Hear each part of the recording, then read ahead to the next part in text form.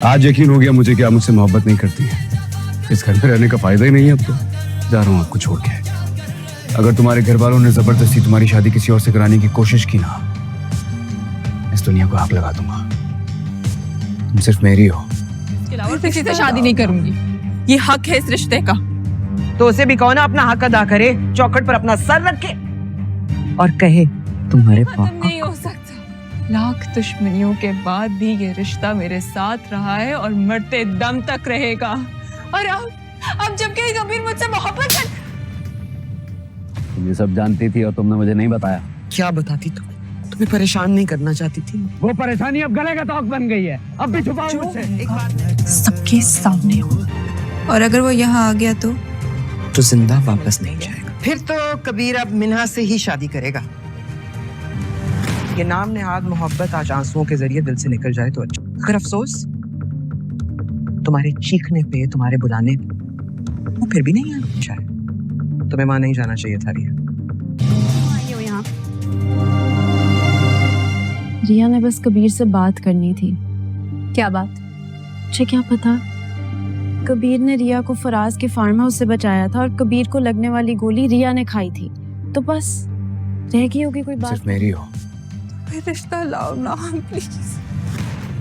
बस अब शादी के बाद तो आप ही के घर जाना है इसने, तो फिर आजकल से क्या फर्क पड़ता है? हम बारात लेकर आ जाएंगे, फिर मैं अपनी बहू को अपने साथ ही लेकर जाऊंगी।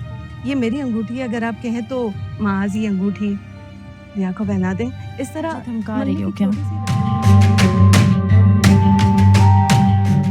गाना शायद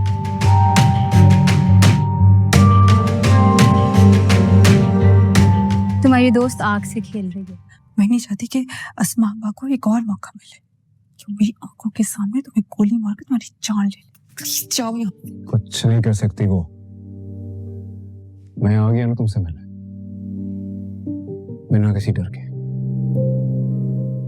मेरी मोहब्बत को कोई सिकंदर, कोई अस्मा, कोई दुश्मनी रोक नहीं सकते हैं। क्यों गई थी रिया के पास? और तुमने क्या बकवास की जाके कि मैं तुमसे शादी करना चाहता हूँ? मैं कबीर वो अपनी मर्जी से गोली नहीं है ये। इससे पूछ रहा हूँ, यही जवाब देगी।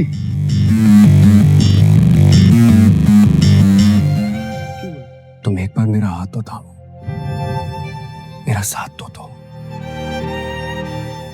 हम दोनों मिलकर इस दुश्मनी को मोहब्बत से खत्म कर देंगे। Trust me.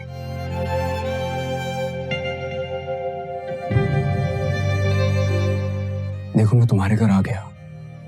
तुमने कहा था सिकंदर और अस्मा के सामने आने में, उनके सामने में आ गया।